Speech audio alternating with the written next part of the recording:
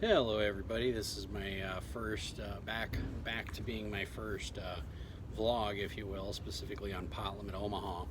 And I'm here in Detroit Metro. I'm about to fly to Vegas right now, playing some of the Venetian Deep Stack tournaments. And I just wanted to go over a few hands that I had from this morning or last night. One of the nice things about being in Detroit Metro is you can fly one way on Spirit for like 50 bucks from Detroit to Vegas at 6:30 in the morning. So what I always do is I always end up coming here to MGM probably like 5, 6 o'clock in the evening, get a good 10-hour session in, and then stay up all night, and then just come to the airport and then sleep on the plane. Plus, it helps me readjust my sleep schedule for better poker playing, because sometimes timing is just as important as game selection is. So a couple of hands that I'm going to go over with here, but before I do that, this vlog isn't to teach people how to play Pot Limit Omaha. This is people who are interested in playing Pot Limit Omaha and how to get better. Now, I do offer coaching sessions. Again, I've been doing this professionally for 16 years. I own 6 houses. I own 4 different vehicles. And I'm a very extensive cash player. And occasionally I'll switch into tournaments, which is what I'm going to Vegas for some of the PLO tournaments. But there's really, like, if you're starting to play Omaha and you just decided, hey, guess what, 4 cards are sexier than 2 cards, congratulations, that's the first step in getting into Omaha. Everybody who plays Omaha will tell you that it's about a $10,000 to $30,000 lesson. And I always tell people you're better off getting a coach to find out what hands you should be playing. So I'm going to kind of go over some of those things. As a general rule, if I'm your coach, the first couple of things I'm going to tell you is there's only 3 types of hands you should play. Pocket nines are better, so 9-9-XX, 10-10-XX, Jack-Jack-XX. A suited ace, or 4 to a straight, or what we call a rundown in Pot Limit Omaha. Now, some hands like 6-8-9 Jack might be very elusive, if you will, because it looks like it's 4 to a straight, but in fact the 6 and the Jack do not connect. So that's a hand that'll get you in a lot of trouble, and you're way better off folding. But being here at MGM, those are like the 3 primary hands you should play. As you start mixing it up and as you start playing in position and stuff like that, you're gonna find out that you can expand your play, or maybe you call with less than pocket nines, and there's certain situations where you might call, like I even did this evening. But I'm going to go over those right now. So the first hand that I was dealt in, like within the first hour, I have 4, 5, 7, 8 double suited, and I had a spades and hearts. And we're playing 1-3-10 at MGM. It's 1-3. It's not a mandatory straddle, but 90% of the time there's a $10 button straddle, so you can open for 35. In any case, I opened a 35. 4, 5, 7, 8 again is one of those hands that I just talked about. It was a rundown hand. We get 6 callers. Well, we get 5 callers, and I'm in middle position. The 6th caller decides to make it 110. He happens to be a little short stack. The guy to my right immediately re-raises, and he re-raises to all in for $540. Now, I know some of you are thinking, you might be like, well, Josh, you only have 8 high, but again, it's a rundown. If I'm up against aces or kings, 4 to a straight, as well as double suited, every time you have a suit, you have 4% more equity. So I go ahead and I make the call for $540. By the way, we're starting with $1,000 effective. The only other person who has $1,000 is a couple people behind me, and one of the people calls. So we actually go 4 ways to a flop, which is pretty nice. One person's all in for 110, and then we have 540 for a side pot. So I mean, all in all, there's about $1,800 in the pot. When you're getting 3 to 1 on your money, it's really hard to fold anything in Omaha, because for you not to have 25 or 33% equity is really tough. And now, the gentleman to my left, who I've played with several times, who still had money, and I still had like 400 bucks behind, he says, we can check it down if you want. And one of the guys who was all in for 540 was like, hey, you're not supposed to do that. I immediately let the guy to my right know, hey, don't worry, if I hit the flop, I'm betting it. We're not going to check it down. Because that's the type of player I am. I'm a very ethical player. I don't angle shoot at all. Now, it just so happened that the flop comes King Jack 5, and me sitting there with one pair, with two players all in and into a completely dead pot, I went ahead and checked it. Gentleman behind me who offered to check it down checks behind me. I don't think the flop or him saying that changed anything. Turn comes a king. I go ahead and check. Guy behind me decides to put in a bet of $400. I go ahead and muck. At that point, there's no value in my hand. The guy who bet had ace jack, so he ends up getting nothing on the side pot because it was a complete dead side pot. And then the river's another king, and the guy happened to hit quads. So we end up losing that hand first 30 minutes, but you know what? Anytime I can get, call 540 to win an $1,800 pot pre-flop, I'm totally okay with that. One of the things you got to understand, especially when it comes to Omaha, is there are going to be times where you're putting in a large amount of money pre-flop, and you just have to be okay with it. You just have to be like, you know what, and hold them. There's no way in the world I'd call $300 or $400 or $500, especially when that's half my stack. All the odds say just go ahead and jam all in. But Omaha's a little bit of a different beast. But yeah, so in any case, I get moved to the main game. I have like 460. Normally I would up again, but what I like to do is I like to buy in bullets. So once I run out of 1,000, I'll rebuy.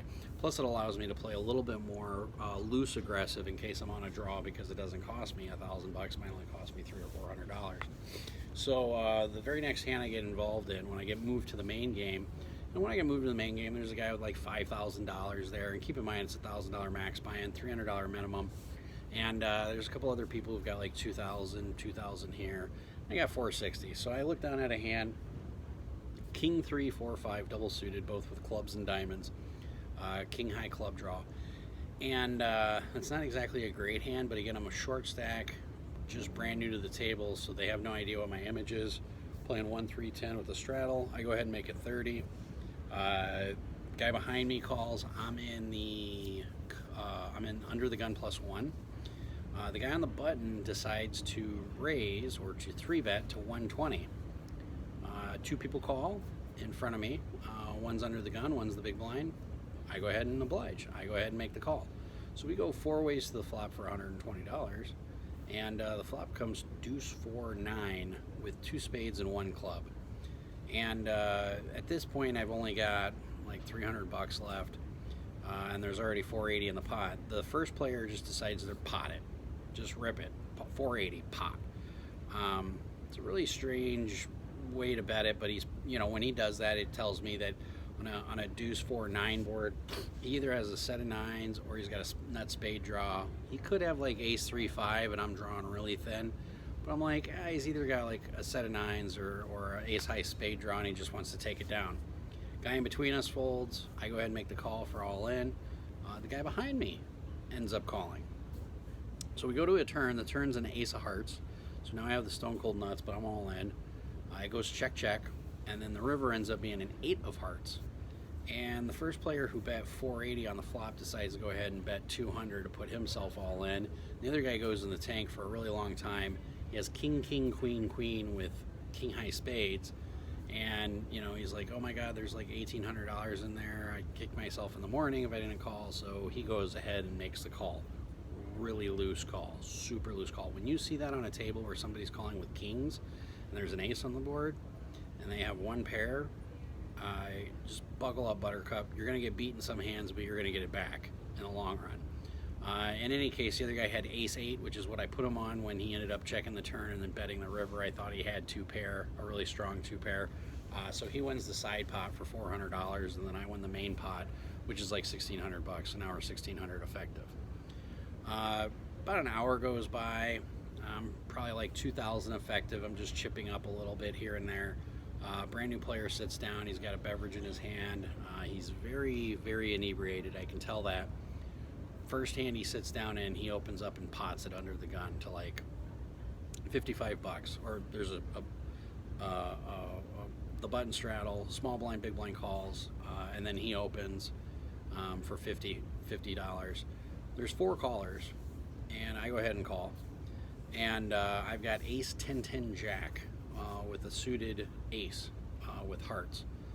And the flop comes queen 9 deuce, complete rainbow, like complete rainbow. There's no draws whatsoever. I mean, there is a backdoor heart draw out there, but he goes ahead and pots it right away for $205, $210. I snap call. I get the money in the pot before he does, and he's sitting directly to my right, and he looks at me. He's like, "Whoa, dude!" I can tell immediately with how quickly I put my chips in the pot. He was uncomfortable with the hand. One thing that I do a lot, especially in pot limit Omaha, is I do my reads. I'm very good at reading people in pot limit Omaha. That just comes with experience. When people start talking to you, when people react certain ways, you get that feeling that just comes with a little bit of experience. So I beat him in the pot. Everybody else folds, and the turn ends up being a 3. So 2, 3, 9, queen. He checks. I check behind. I'm like, well, I think I'm okay. I'm not too sure. I really don't like the queen, but I got an open-ended straight draw. It's complete rainbow on the board, and then the river. So it goes check, check on the turn. The river comes a 4. He bets $35 into a $700 pot. I laugh and I say, your queen king is good, but I'm going to pay you off. Now he was doing what we call a blocker bet. That's when somebody bets a small amount and they don't want a huge raise.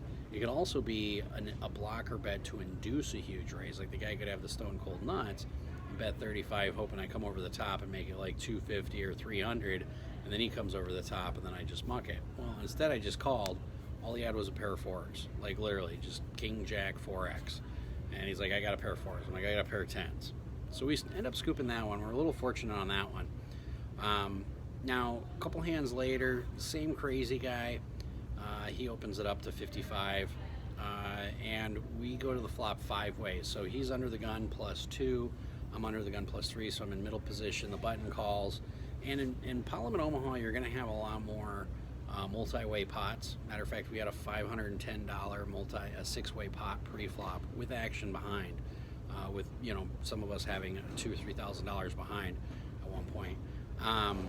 So there's enough for a $3,000 bet on the flop. But in any case, so on this hand, I've got ace queen 10-7 double suited, both spades and clubs. Guy opens to 55. We go 5 ways to the flop. We're 1 spot away from the button, so we're in decent position here. In Omaha, I do teach my students that if it checks on the flop and you're on the button, you just say pot. And then whoever calls you, which will probably get 1 or 2 callers, and you just have to be prepared to do this, whatever the turn comes, when it checks again all the way around and you're on the button, you just say pot again. You pot it 2 times in a row, everybody will fold. If they don't, then you just got to be like, well, somebody's on a big draw, and if the draw misses, then you bet again. Position in Omaha is more important than it is in Hold'em, because no one's really going to check quads in Omaha. No one's going to check a straight flush. No one's going to check the nuts. Like if the board's queen 9 and somebody has queen 9 deuce 3, they're not going to check because somebody else could have queen 9 jack king, or they can have jack queen king ace, and they're not going to check. They're going to make people pay for those draws. So having position when everybody checks to you is incredibly important. In any case, we go 5 ways to the flop for $55. The flop comes pretty decent. It comes ace 10-6 with 2 hearts. Now, it gets to me, it checks to me. I go ahead and I bet $240. Now that's what I call a go-away bet. There's 2 hearts on the board. There's 2 internal wraps there, so you can have 7, 8, 9, which is considered a wrap. Any 7, any 8, any 9 gives you a straight. Or there's a Broadway wrap, jack, queen, king. Any jack, any queen, any king. So when I bet near pot, it's basically telling people, go away, get out of this hand. There's a flush draw out there. There's actually 2 straight draws out there. I just want the hand to be over with now. If I did something like bet like $80, that should symbolize that, hey, maybe I have hearts and a straight draw, like king jack of hearts or something to that effect. In this situation, I've got top 2 pair. There's way too many draws out there. I want to get rid of the hand. The guy who has $5,000 in front of him at the time leans over to me and he says, well, how much do you have left? And I'm like, well, this is a weird question to ask, because I've got more than if he check pots it. So there's $240. If he check pots it, it's basically $1,000. But I give him a full count. Like I got 15, 20 behind. Now when he asks me how much do I have left, it tells me he's either got hearts or he's got ace 6 and he's not really sure what to do with ace 6, or he's got hearts and he's on a draw. So he just obliges and calls.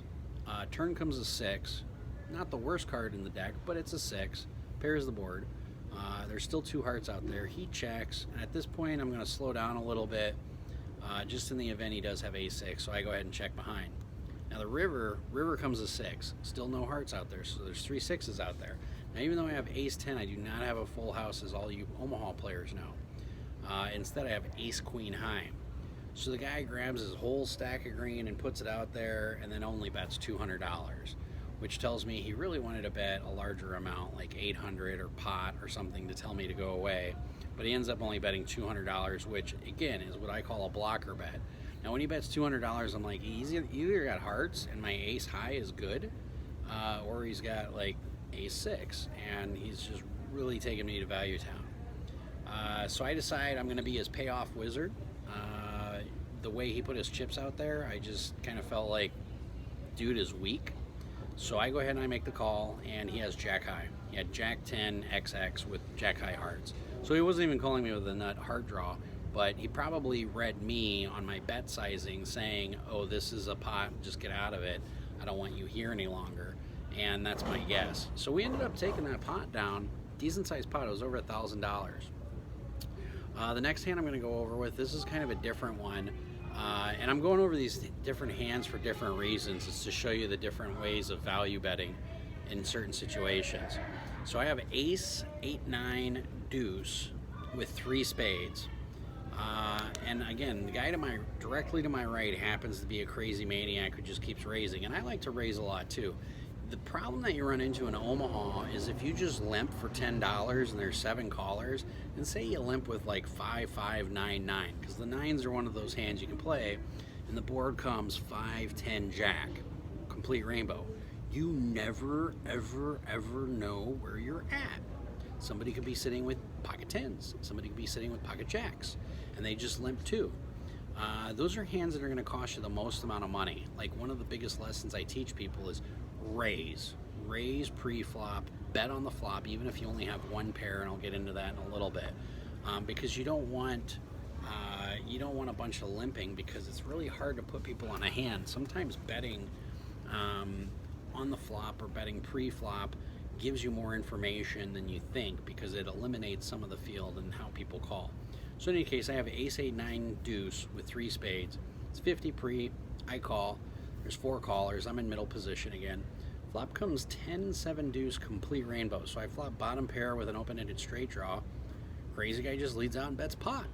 Another thing that you'll find out is if people are new to pot limit Omaha, or if they're not hardcore seasoned veterans, they just know one word, which is pot, pot, pot, pot, pot, pot, pot. Anybody who's a seasoned hardcore veteran is probably going to bet like 80% pot. They might bet pot, but they're not going to say it. They'll just throw out 2 black chips, be like, oh, it's 200, whatever. So obviously I have an open-ended straight draw. At this point, I'm putting the guy on an overpair, thinking he's got like queens or kings, because I've got the ace blocker. He could have jacks. But I'm like, you know what? I'm like, I think any deuce, any 8, any 9, any jack, any ace, all of it's good. And there is 1 spade out there. So I go ahead and I make the call for $200. Guy who used to be a big stack, who had 6,000 in front of him, who now has probably like 4,000, 3,500, who's bleeding chips, he decides to call for 200 as well. Turn is my gin card. It's a jack, but there's 2 clubs out there. So the first guy checks. I'm in position. I'm in the best position possible, because now we're only 3 ways to the turn. Second guy goes all in for $95. Now I do have the nuts. I can either raise here, or because I don't want somebody to what we call free roll, which would be like 8-9 queen or 8-9 with clubs, I just decided to flat here. Now this is a very unusual play for me, because normally I play very aggressive, and I'm like, if you're gonna free roll me, whatever, let's just get it all in and we'll figure it out later. But in this situation, I put the guy who was bleeding chips not on clubs. I'm like, if you go backdoor clubs, whatever. So I go ahead and flat, and I thought there was a possibility he could have 8-9 as well. I thought to myself, that guy could have 8-9 as well. He ends up flatting. Now the river is a really bad card. It's the king of clubs. So now there's 3 clubs out there. There's a higher straight out there. 9 queen makes a straight. Ace queen makes a straight. Any clubs make a straight. 1 player's all in. First player checks. And I end up betting 325. I don't have clubs. All I have is a straight. And some people might be like, why are you betting 325? I'm betting 325 for 2 reasons, even though it's a complete dead pot. One, if he has 8-9 as well with nothing else to go with it, it's a really tough call for him to make. I'm in position. So if he's got 8-9, I could have clubs. Even if he's got 9-queen, I could have clubs or ace-queen. And I didn't want him to have like 10-7-3-4 of clubs and like back into a 4-high club flush. So I bet 325 into a pot that was a little over $1,000, and the guy goes in the tank for a little bit. He ends up mucking it, and lo and behold, my straight's good because the other guy ended up turning a set of jacks. So that was another one that we end up scooping. A couple more hands. I'm going to go over 2 more hands with you guys, and then I'm going to talk about some key factors that you can know when you're playing pot limit Omaha, where you can tell where other people are really new at the game or not as experienced. And if you're new at the game, if you're just starting out, there's some things that you want to watch out for, because I'm telling you right now, people like me who feed on people like you, you need to not do these things, and I'll get into that in a little bit. So the 6th hand we get into, I have ace, king, queen, deuce, double suited, both diamonds and hearts, and I'm the one that is in middle position again. No, actually I'm on the button, I take it back. There's 4 limpers, it gets to me, I make it 50 on the button and the straddle. I end up getting 4 callers. So there's $250 into the pot. We go to a flop. Flop comes king, jack, 3, 1 diamond, 1 heart. Now keep in mind I got ace, king, queen, deuce with hearts and diamonds. So I do have 2 backdoor draws, I do have a gut shot, plus I have top pair and top kicker. Now a lot of inexperienced pot limit Omaha players will check in this position, but it checks to me. And you already know what one of my golden rules is. If it checks to you and you're on the button, you should just say pot. Well, instead of potting it, I bet $80. I bet 80 into, what, 250 bucks? And that's because I don't mind getting 1 or 2 callers, because I'm looking to pick up equity on the turn. And again, if you're inexperienced in pot limit Omaha, people will just say pot, and they scare everybody out. Here I'm betting 80, because I'm like, if a 10 comes up, somebody's got 10 jack or 9 queen, I'm golden. If an ace comes up, I got top 2 pair. So I end up getting a caller, and the turn is one of the best turns I could hope for. Not a 10, but an ace of hearts. So I actually have a royal flush draw. I've got top 2 pair, I got aces and kings, aces and kings, and then I have the king, queen of hearts with the ace and the jack of hearts out on the board. And we went heads up to the turn, so the guy checks it to me on the turn. Now at this point, there's $425 in the pot. I don't even mind getting a call here, so I bet 175. Now I could pot it if I'm like, go away.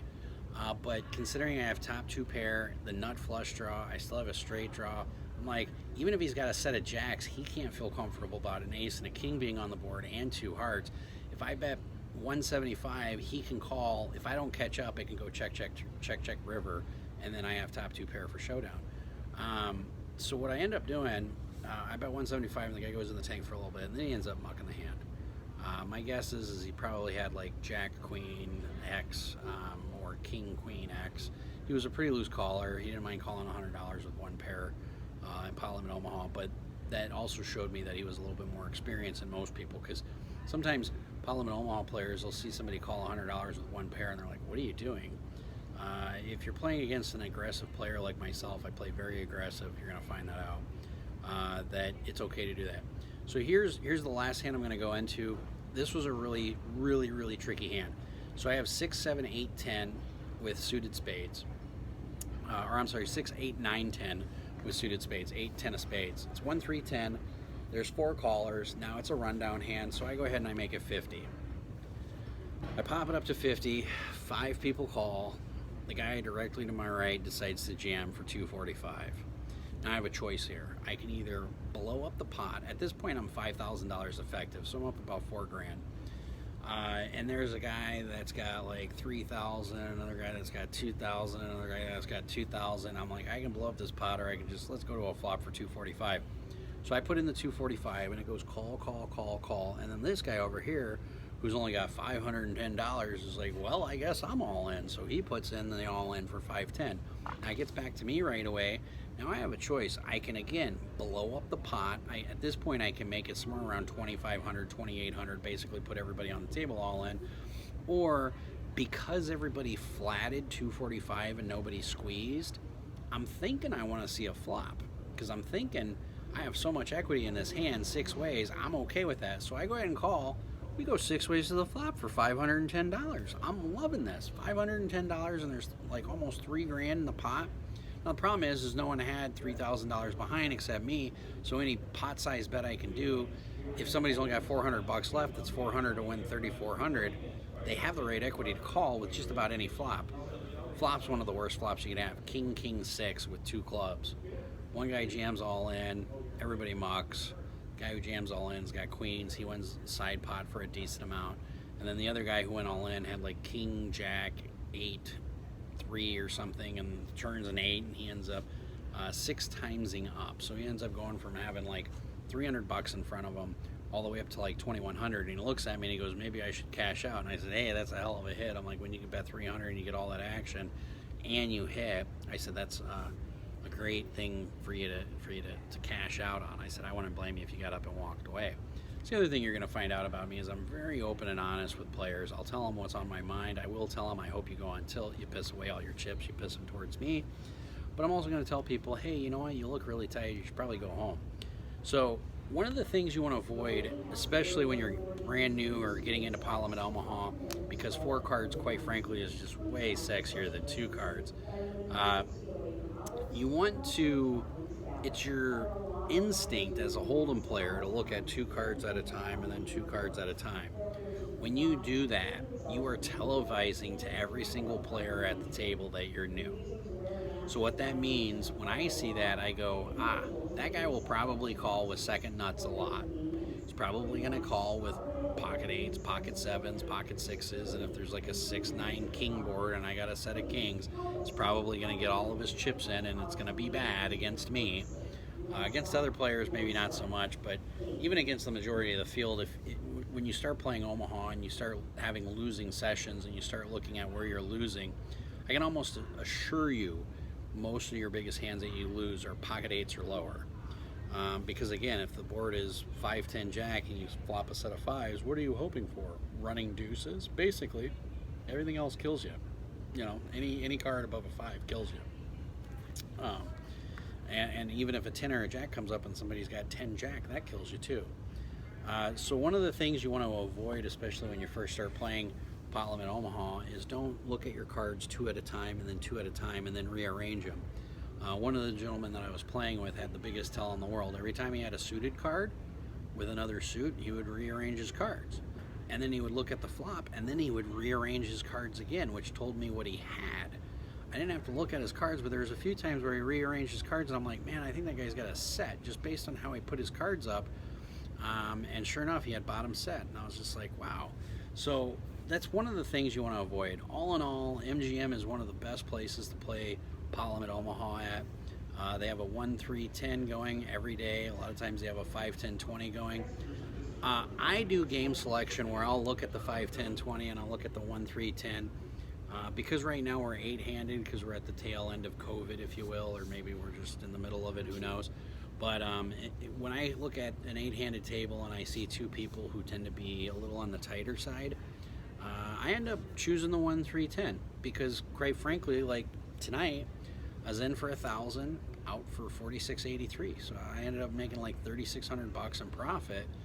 And on the 5-10-20, you can do that, but when you're dealing with nittier or tightier players, it's harder to do that. Like that would be a table that would be hard, even for $500, $600 6-way action to run into when you have 2 tight players. They don't re-raise with pocket aces or anything. But that's about it for this episode. Thank you guys for tuning in. Don't forget to hit the like and subscribe button if you guys like this. I appreciate all the comments, all the feedback. Again, 4 cards is sexier than 2 cards. And always play smart and run like a god.